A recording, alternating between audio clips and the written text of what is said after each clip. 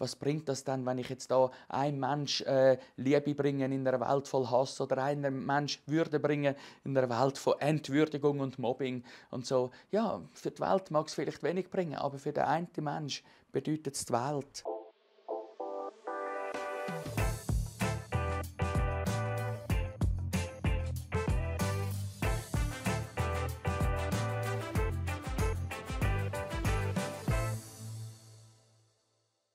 Vor einer Woche haben wir hier in den LiveNet Talks Evelyn Baumberger als Vertreterin so vom progressiven Flügel hier gehabt.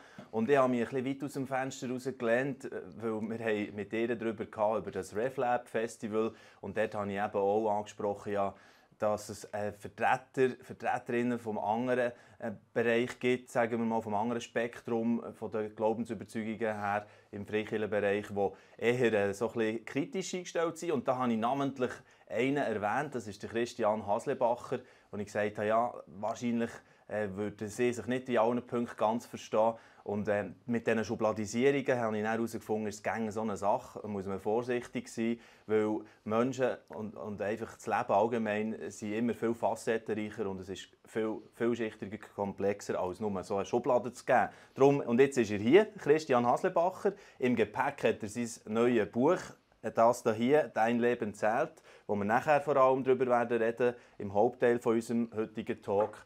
Aber zuerst, Christian, wollte ich dir natürlich Gelegenheit geben. Was hat dich irritiert, vielleicht eine Art von dieser Ankündigung, die ich dort gemacht habe?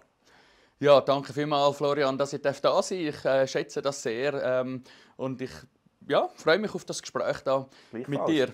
Du, ja, es hat einfach einen Moment gegeben, wo plötzlich WhatsApps bei mir reingekommen sind. Du, der Florian redet da mit der Evelyn über dich und ich bin dann mal hören gegangen und habe ein bisschen schmunzeln, dass du sagst, ich sage da einen klar Konservativen. Ich nehme das einmal als Kompliment. Ich stehe dazu. Ich glaube nach wie vor an die klassischen, historischen Inhalte vom christlichen Glauben. Wenn du die als konservativ bezeichnen, dann ist das für mich okay.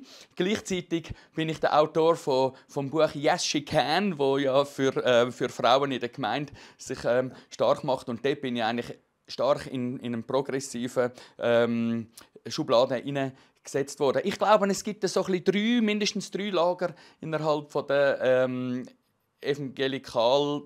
postevangelikalen Christenheit, und ich gehöre wahrscheinlich so ins Mittlere, würde ich mal sagen. Ich sehe mich klar nicht als Postevangelikale, aber so als stark oder klar konservativ bin ich jetzt doch auch schon lange nicht mehr bezeichnet worden. Ja, also bei mir war halt noch so im Hinterkopf unser letztes Gespräch, das wir hatten, dann in dieser Serie «Glauben wir einander, denn glauben noch», haben wir darüber geredet, über die Kraft vom Kreuz und was da tief für dich drin steckt. Und da merkt man, dass viele eben die jetzt vom eher so liberal-progressiven Flügel definitiv ganz anders. Genau.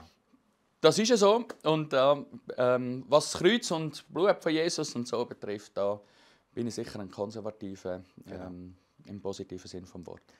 Ja, und wir haben uns ja einmal in Karlsruhe getroffen, an dem Willow Creek Leitungskongress, und kurz ein paar Worte schon gewechselt.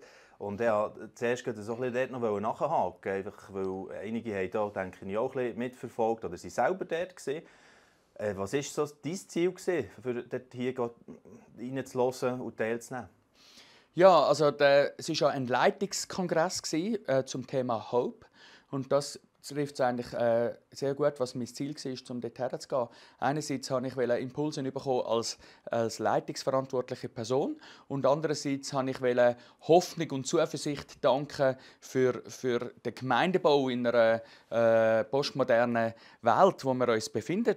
Und das glaube ich wirklich, dass das eigentlich auch die Botschaft war von dem Kongress, wenn man sie gehört hat. Das haben sie vielleicht nicht alle gleich gehört, aber ich habe sie so gehört, dass wir als Gemeinde und als Kirchen eigentlich sollten und dürfen mutig und zuversichtlich an die Kraft vom Evangelium glauben und das Evangelium auch mit Freude und einem positiven Stolz auch auf die starke Botschaft dürfen verkünden. Das ist für mich die Botschaft von diesem Kongress. Ja. Und dort ist vieles, was schon ein bisschen auch wieder mit anklingt, wenn man jetzt auch an dein Buch denkt, und doch ein bisschen wieder auf das schillen bereits, wo wir jetzt vor allem darauf zu reden kommen, eben «Dein Leben zählt», da ist einiges sicher auch aus dem wo wir noch darüber reden können. Ich habe noch gar nicht gesagt, eben, was deine Leitungsfunktionen genau sind. Du bist ja Vorsitzender der Viva Kirche Schweiz und du bist auch im Vorstand von freikirche.ch als Coach, Berater, eben auch Autor von Büchern, immer wieder auf verschiedenen Bühnen da unterwegs. Und da kommen wir jetzt. Aber nein, halt, eins muss ich noch schnell nachfassen. Das habe ich ja nämlich versprochen, dass ich dich auch darauf anspreche. Und dann hören wir dann wieder auf mit dem Bezug zu RefLab und so weiter. Aber das wollte ich gleich noch so ansprechen, weil die Frage ist aufgekommen, ob echt ein Christian Haslebacher, wenn er jetzt nicht in Karlsruhe gesehen wäre, auch reinschauen. Also ein Podcast-Festival, und bei diesen Leuten die sich hat ein Bild gemacht. Ja, das ist eine sehr gute Frage. Also, ich bin in dem Sinne nicht eingeladen worden. Ich habe irgendwann einmal wahrgenommen, dass es das Podcast-Festival gibt und habe mich ja auch anmelden können. Ich weiß jetzt nicht, ob ich jetzt gegangen wäre, das muss ich jetzt ganz ehrlich sagen. Ich glaube eher, dass ich, wie ich es auch jetzt noch machen kann, dass ich ein paar Inputs nachgelesen hätte. Die werden ja dann auch zum Teil online noch zur Verfügung gestellt. Was mich sehr spannend dunkeln würde, wäre, wenn Sie mich oder jemand anderes so ein bisschen aus meiner Bubble, wie man so sagt, mal einladen zu einer Podiumsdiskussion oder so. Das wäre für mich sehr, sehr spannend. Ich nehme zum Teil wahr, dass Sie über unsere Szenen und so und über die Richtung, die ich jetzt dazu gehöre, reden. Aber was mich würde spannend finden, ist, wenn Sie einen namhaften Vertreter, sagen wir, oder auch Vertreterin davon einladen. Das würde ich jetzt sehr, sehr spannend finden. Also es könnte ja ein gegenseitiger Kulturaustausch zwischen ihnen dort drinnen stattfinden, oder?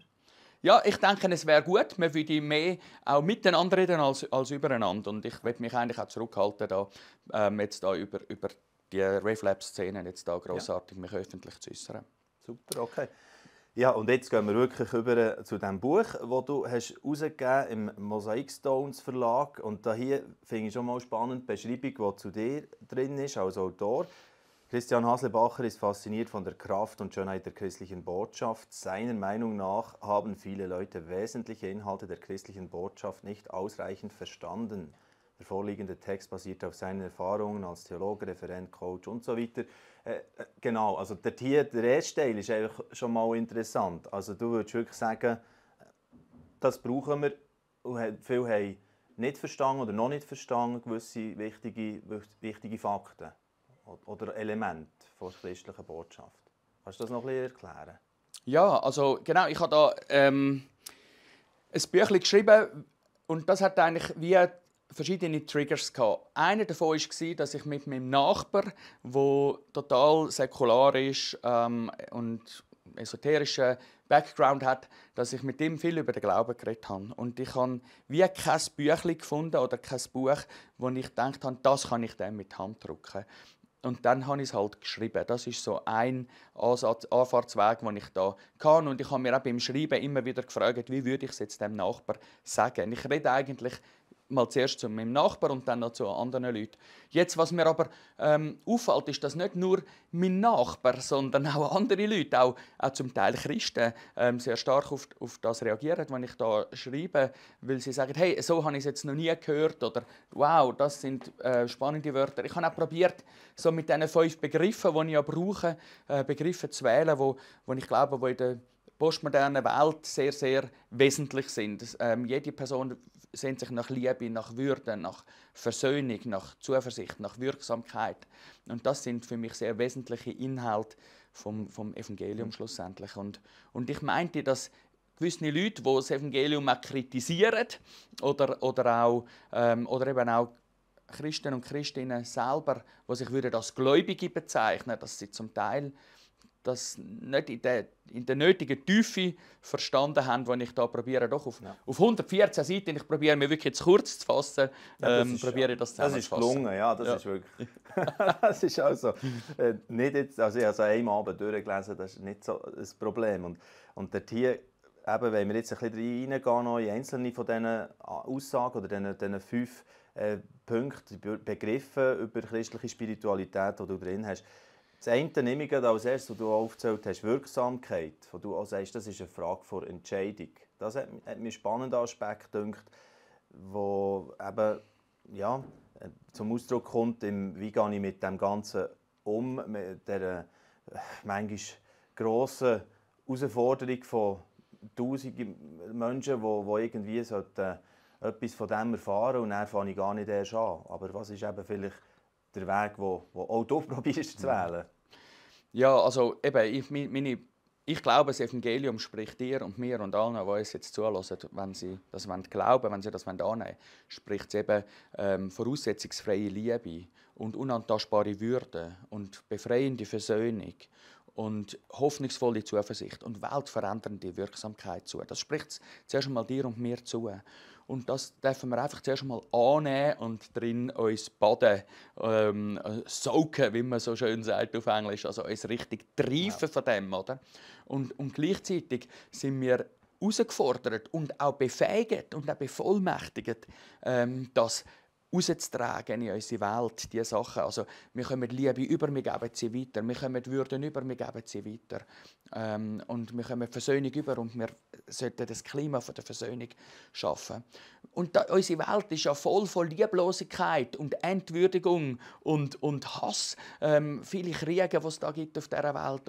Und es wirkt nach No Future, keine Zukunft, keine Zuversicht und so weiter. Und was kann ich schon tun? Oder? Ja. Theoretisch könnten wir jetzt alle sagen, hey, vergiss es einfach, die Welt geht ab vor die Hunde. Ja, das, was ich gemeint genau. vorhin. Ja, und jetzt kommt eben... So. Genau. Ja. Und jetzt kommt eben das Evangelium und sagt, nein, Florian und nein, Christian, tu das weitergeben, dort, wo du bist, und sag es auch nur ganz im Kleinen, deiner Nachbarin, am Sitznachbar im Zug, vielleicht auch im Grossen, wenn du irgendeine Firma besitzt oder in einem Hilfswerk schaffst oder so. Und das macht mir sehr viel Hoffnung. Und da glaube ich einfach, dein Leben zählt, oder? Du kannst einen Unterschied machen. Und dort hast du so ein Zitat, das dich drinnen leitet, das mich auch angesprochen hat, der Andy Stanley, amerikanischer Pastor, hat das mal so geschrieben: Tue für eine Person das, von dem du wünschst, dass du es für alle tun könntest. Ganz genau. Schönes Bild, ja. Ja, ich finde eben, weißt, wenn wir darauf warten, bis wir die ganze Welt retten können, werden wir nie etwas machen. Aber ich kann eben dem einen Menschen, den ich jetzt treffe, irgendwo beim Posten oder so, der mich nach dem Weg fragt oder wo irgendwie brüllt, irgendwie im Zug neben mir oder so. Dem einen Menschen, dem kann ich begegnen. Und ich mache eben für diese Person das, auch wenn ich es nicht für alle machen kann, aber für den Einzelnen kann ich es. Und dort hier klingt das an, was du dann auch in sehr ausführlicher Version bringst mit der Seestern-Geschichte. Oder? Das ist so eine Metapher, die x-mal in Predigten, glaube ich, schon gekommen ist. Aber was mich cool hat gedacht, jetzt in deinem Büchlein, kann man sie mal wirklich ausführlich, so wie sie eigentlich im Original gesehen wäre, lesen. Ja. Was bringt sie dort noch so ein bisschen mehr für dich persönlich? Ja, das ist eben der Bub, der Seesterne ins Meer zurückrührt, oder? Und irgendein Mann kommt da und fragt, ja, das macht doch keinen Unterschied, Millionen von Seesternen, die sterben alle. Was bringt das, wenn du jetzt den einen da reinrührst? Und dann sagt er, ja, für die anderen bringt es nichts, aber für den einen bedeutet es. Genau. Die Welt bedeutet das Leben. Und da glaube ich eben auch, das gilt eben auch für unser Leben. Oder? Jetzt, was bringt das dann, wenn ich jetzt da einem Mensch Liebe bringe in einer Welt voll Hass oder einem Mensch Würde bringe in einer Welt von Entwürdigung und Mobbing und so. Ja, für die Welt mag es vielleicht wenig bringen, aber für den einen Mensch bedeutet es die Welt. Und dem einen Mensch kann ich die Liebe von Gott und die Würde, die Gott ihm zuspricht und so weiter, das darf ich ihm zusprechen und so weiter. Und das ist das, was mir wie Hoffnung gibt. Oder? Sonst könnte man ja verzweifeln in dieser Welt. Aber es gibt auch das Gleichnis oder der Ausdruck, oder?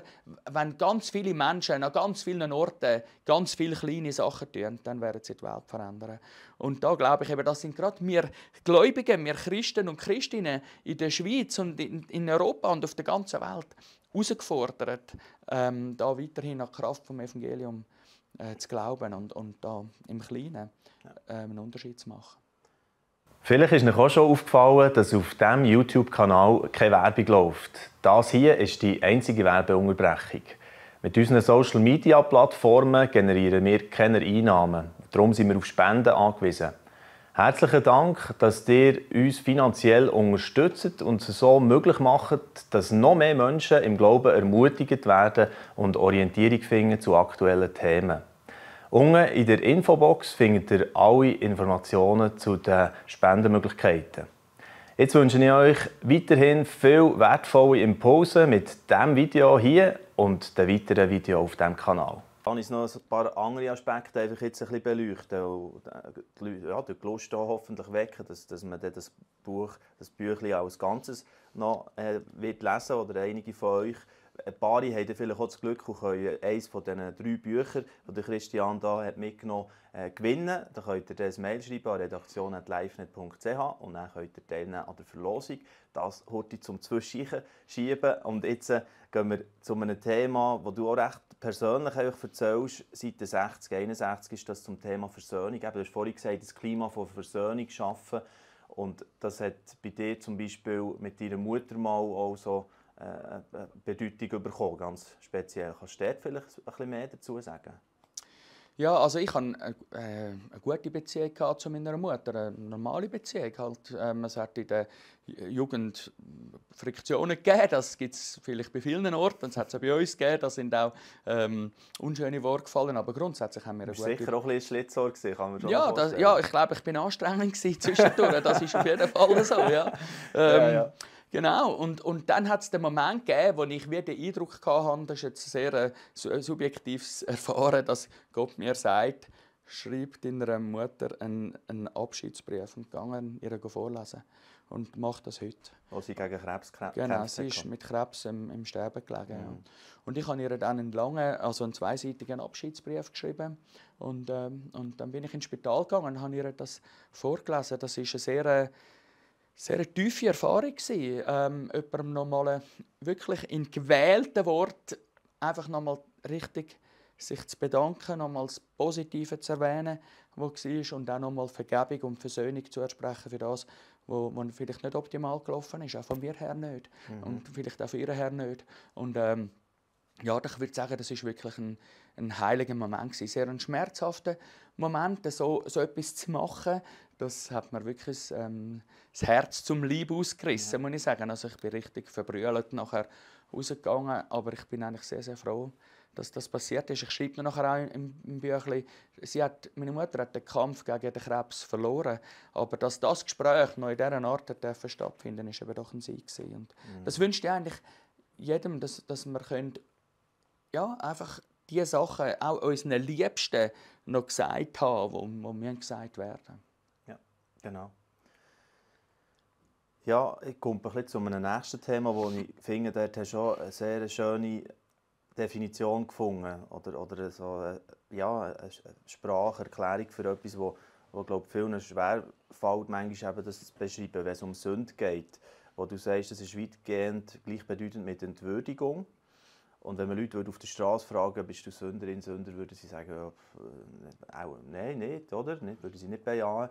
Aber du schreibst dann, wenn man dieselben Leute fragen würde, ob sie schon einmal etwas getan haben, das eigentlich unter ihrer Würde war, dann würden das die meisten Menschen wohl kleinlaut bestätigen, sofern sie ehrlich sind. Das finde ich so eine schöne Nuance, die du eigentlich reingegeben hast, wo das schön aufzeigt. Ja.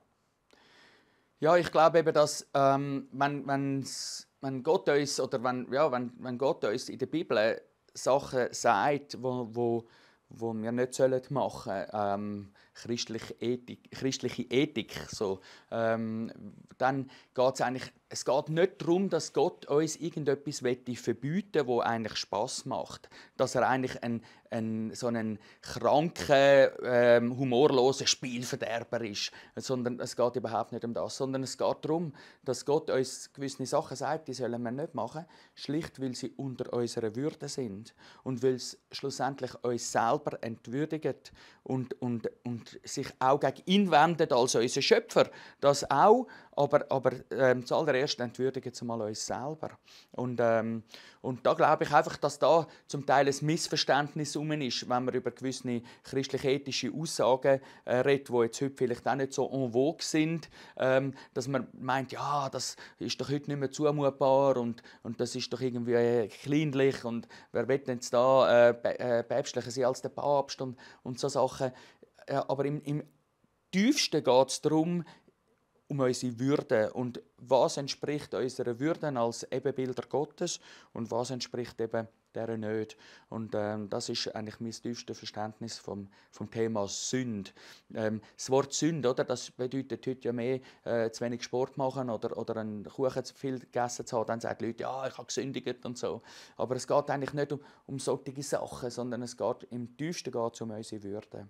Und ich glaube, das ist einer von diesen Aspekten, wo ich eben glaube, da haben viele Leute nicht in der nötigen Tiefe verstanden, was das Evangelium, was die christliche Botschaft ist. Okay. Und wir haben noch gar nicht so gross über die Struktur geredet, ausser dass es 5 Begriffe sind, okay. Und dann hast du immer so eine Kurzgeschichte am Anfang von jedem Kapitel, die mit einem Fürst zu tun hat.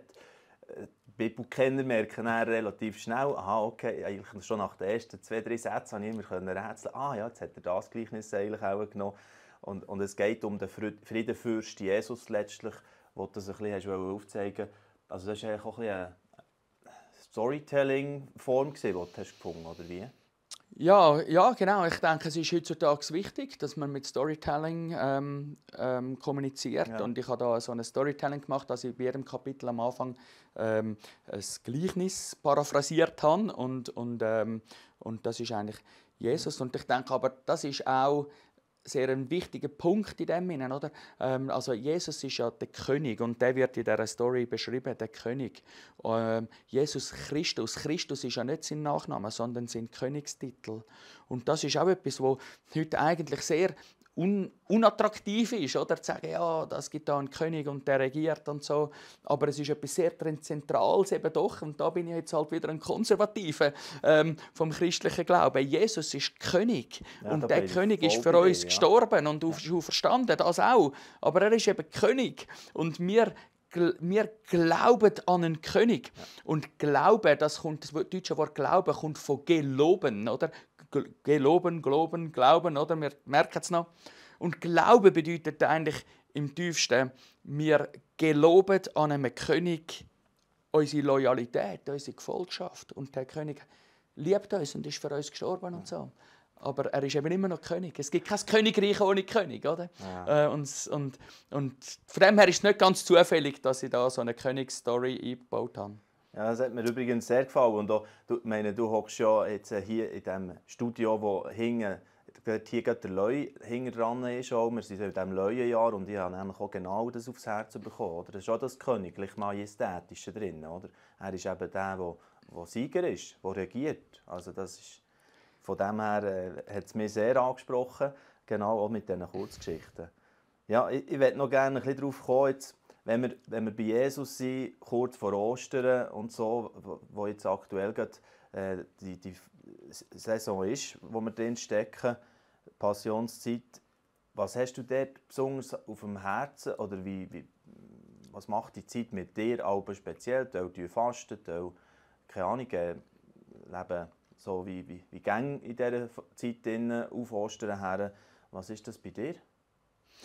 Ja, also ja, ich faste auch. Ich bin jetzt nicht wahnsinnig heldenhaft unterwegs, aber ich faste Süßigkeiten. Ich esse nichts, was mit Zucker oder künstlichem Süßstoff gesüßt worden ist im Moment. Und das ist eine gute Disziplin. Man merkt wieder einmal, wie viel dass man eigentlich da einfach ein bisschen nascht zwischendurch. Und das hat auch eine geistlich reinigende Wirkung, wenn man sich da wieder mal ein bisschen in Enthaltsamkeit übt. Aber natürlich, die Message oder, von Ostern, ich meine, für die brenne ich natürlich total. Oder? Also, dass Jesus für uns gestorben ist, all die Sachen, die ich da gesagt habe, Liebe, Würde, Versöhnung, Zuversicht und Wirksamkeit, das macht sich ja alles am Kreuz fest, schlussendlich. Und das würde jetzt vielleicht ein bisschen weit führen, das da zu erklären. Die Leute können es ja nachlesen, wenn es interessiert. Aber das macht sich schlussendlich natürlich auch an der Geburt und am Leben und an der Auferstehung von Jesus fest, aber eben zentral eben auch am Kreuz. Und dass er leibhaftig auferstanden ist, ich meine, das ist wirklich nach wie vor eine krasse Botschaft. Und der Paulus sagt, wenn Jesus nicht leibhaftig auferstanden ist, dann sind wir die grössten Idioten an ihn zu glauben. Und ich glaube eben, dass er leibhaftig auferstanden ist. Und von dem her ist das natürlich für mich eine wahnsinnige Zeit. Ostern, ich bin total fasziniert und ich brenne für die Botschaft, ja, für Karfreitag, Ostern. Das ist super. Ja. Schön.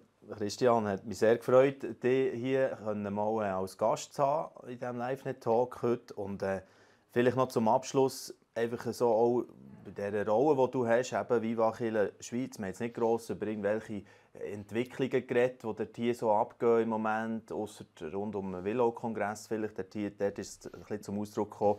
Aber auch Freikirche CH und so weiter. Was hast du im Moment auf dem Herzen einfach noch so für Christen in der Schweiz, sagen wir es so? Eben, ich glaube wirklich, dass ich wünschte der Christenheit in der Schweiz, dass sie selber neu ergriffen werden von der Kraft und Schönheit vom Evangelium. Ich habe das probiert in meinen Worten zu beschreiben in dem Buch und du bist eingeladen, in deinen Worten zu beschreiben, was du dann meinst. Aber ich glaube wirklich, das Evangelium hat nichts an seiner Kraft und seiner Faszination verloren. Und ich denke, wir dürfen das neu umarmen und neu daran glauben und neu mit unserem Umfeld teilen in Wort und Tat. Oder? Und das wünschte ich mir von ganzem Herzen für die Christenheit in der Schweiz. Und wenn mein Büchlein da einen kleinen Beitrag leisten darf, dann bin ich mega happy. Besten Dank, Christian, auch, dass du 3 Bücher hast, hier zur Verfügung gestellt hast, die wir verlosen können. Und dann noch einmal der Hinweis, die jetzt gewundert geworden sind und die Kurzgeschichte auch entdecken und alles, was da sonst noch drin ist in diesem Buch «Dein Leben zählt». Jetzt ein E-Mail schreiben an redaktion@livenet.ch, eure Adresse gerade am besten dazu schreiben und dann könnt ihr teilnehmen an der Verlosung und eben eines von diesen Exemplaren gewinnen. Und wenn ihr sonst eine Idee habt oder auch noch eine Frage jetzt auch nach diesem Talk an Christian oder uns einen Tipp gebt, müsst unbedingt mal die Person einladen in einen LiveNet-Talk, dann schreibt es ebenfalls gerne an redaktion@livenet.ch oder in die Kommentare direkt unter diesem Video. Da sind wir immer offen für das. Merci vielmals, dass wir zusammen unterwegs sein können und bis gleich wieder. Ade miteinander.